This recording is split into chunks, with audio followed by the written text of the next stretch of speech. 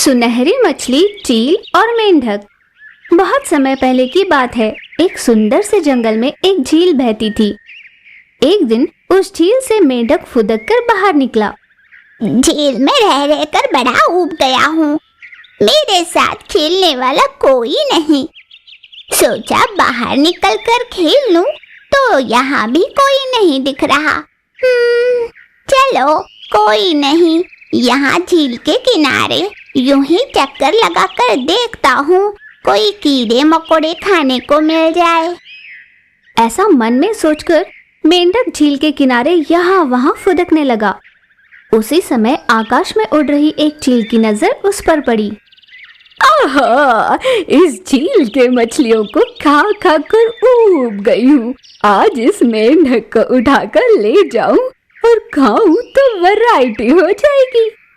चील ऐसा सोचकर मेंढक को पकड़ने के लिए झील के पास उतर आई, पर तभी मेंढक ने झील में छलांग मारी। ओहो, थोड़ी और तेज उड़ी आती तो पकड़ लेती इस मेंढक को। थोड़े में चूक गई। खैर, बच कर जाएगा कहाँ? कभी न कभी तो झील के बाहर निकलेगा। यही कहीं छुप जाती हूँ। ना, अगर मैं यही छुपी रही और उसको भनक लग गई तो वो बाहर ही नहीं निकलेगा। तो मैं कहाँ छुपूं? हाँ, मैं इस पेड़ के ऊपर पत्तों के बीच छुप जाती हूँ। चील ने ऐसा सोचा, उड़कर पेड़ के पत्तों के बीच जाकर छुप गई। तभी अचानक आकाश से एक तेज रोशनी हुई। जेट की स्पीड में एक सुनहरी मछली आकर सीधे झील में आ गिरी। उस तेजी से गिरी सुनहरी मछली के झटके से झील में रहा मेंढक छपाक से उड़कर पेड़ पर चील के सामने आ गिरा। चील फटी आंखों से चौंक कर देखती रही। चील को देखकर मेंढक शॉक में पड़ गया। अरे वाह, इसे कहते हैं किस्मत। जिस मेंढक को मैं उड़ाकर ले जाना चाहती थी, वो खुद उड़कर मेरे सामने आ गिरा है। अब तुम मेरा क्या करोगी? कुछ नहीं, बस खा लूंगी। ये सुनकर मेंढक ने कांपते हुए कहा, मुझे कुछ मत करना। तुम चाहो तो अभी कुछ समय पहले जरूर कर झील में आ गिरी सुनहरी मछली दिखा दूंगा। उसे ले जाना और मन भरकर खा लेना। सुनहरी मछली? वही ना जो अभी अभी आकाश से तेजी से झील में आ गिरी? हाँ। वो सुनहरी मछली है, ये तुम्हें कैसे पता? क्योंकि उसके आ गिरते ही झील से उड़कर तुम यहाँ आ गिरे थे। मैं अगर इतने ऊपर आ गिरा हूँ तो इसका मतलब जरूर वही आई होगी। वो साल में एक बार हमारा हाल जानने आती है। उसका आने का यही तरीका है। बहुत शक्तिशाली है वो देवताओं के पास निवास करती है। बस हमसे मिलने यहाँ आया करती है। बहुत हुआ तुम्हारा उल्लू बनाना। मुझसे बच निकलने के लिए ही ना कहानियाँ बना रहे हो। अरे, मैं सच कह रहा हूँ। तुम्हें यकीन ना हो तो चलो, मुझे झील के पास उठाकर ले चलो, तुम्हें खुद पता चल जाएगा। हो सकता है तुम जो कह रहे हो वो सच भी हो। मैं भी देखना चाहती हूँ कि वो सुनहरी मछली करेगी क्या। फिर चील ने मेंढक को अपने ऊपर बिठाया और झील की ओर उड़ी। जैसे ही झील के पास वो पहुंची, झील से रोशनी के साथ मछली अचानक आई और मेंढक को चील से छीना और वापस लौटकर पानी में चली गई। चील को इस बात का बड़ा गुस्सा आया। वो झील के किनारे गई और जोर जोर से ची ची कर चिल्लाने लगी। अरे सुनहरी मछली, तुझ में दम है तो बाहर निकल। तुमने क्या सोचा? मुझसे मेंढक को छुड़ाकर तुमने उसे बचा लिया? दम है तो मेरा सामना करके दिखा। चील की बातें सुन सुनहरी मछली बाहर निकली। मैं तुम्हारे सामने आई तो समझो तुम्हारी जिंदगी खत्म। अच्छा, तो तुम में इतनी शक्ति है? मेरी शक्ति आजमाना चाहती हो तो ठीक है, ये लो। फिर सुनहरी मछली ने अपने मुंह से सुनहरी हवा छोड़ी। ये हवा जैसे ही चील को लगी, वो पत्थर में बदल गई। तब सुनहरी मछली ने मेंढक से कहा, दोस्त, इस साल का मेरे आने का मकसद पूरा हुआ। अगले साल फिर मिलूंगी। तब तक अपना ख्याल रखना। मैं चलती हूँ। मछली ने ऐसा कहा और तेज रोशनी में झट से आकाश में उड़कर चली गई। मेंढक भी फुदककर झील में वापस चला गया। विशाल चूहा, बाघ और शेर।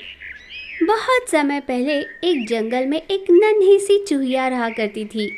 वो नन्ही सी चूहिया हर समय उदास रहा करती थी, क्योंकि उसको लगता था कि वो जंगल के बाकी सभी जानवरों से बहुत छोटी जीव है। एक दिन वह जंगल के राजा शेर के पास गई। शेर राजा, हमारी दोस्ती आजकल की नहीं है ना? हाँ बिल्कुल, तुमने जो उपकार मुझ पर किया है वह मैं कभी नहीं भूल सकता। अगर उस दिन शिकारी की जाल में फंसे मुझको तुम जाल काटकर नहीं छुड़ाती तो मैं आज जिंदा नहीं होता। वो भयानक दिन मैं कभी नहीं भूल सकता, और तुम्हारी की हुई सहायता भी। ठीक ऐसी ही मदद मैंने बाघ की भी की थी, मगर वो मुझे आज भी नीची नजर से देखता है, मेरा मजाक उड़ाता है। क्या कहा? इसका मतलब वो तुम्हारी की हुई सहायता को भूल गया? तुम चिंता मत करो, मैं उस बाघ की अकल ठिकाने पर लाता हूँ। मैं आकार में सबसे छोटी हूँ ना, इसीलिए सब मुझे छोटी नजर से देखते हैं। फिर अब तुम करना क्या चाहती हो? इस जंगल में विभिन्न प्रकार के जानवर रहते हैं। सभी का आकार, उनकी जीवन शैली एक दूसरे से अलग होती है। इसे कोई बदल तो नहीं सकता ना।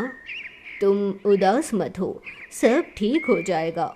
शेर की कही बातें सुनने के बाद चूहिया वहां से चली गई।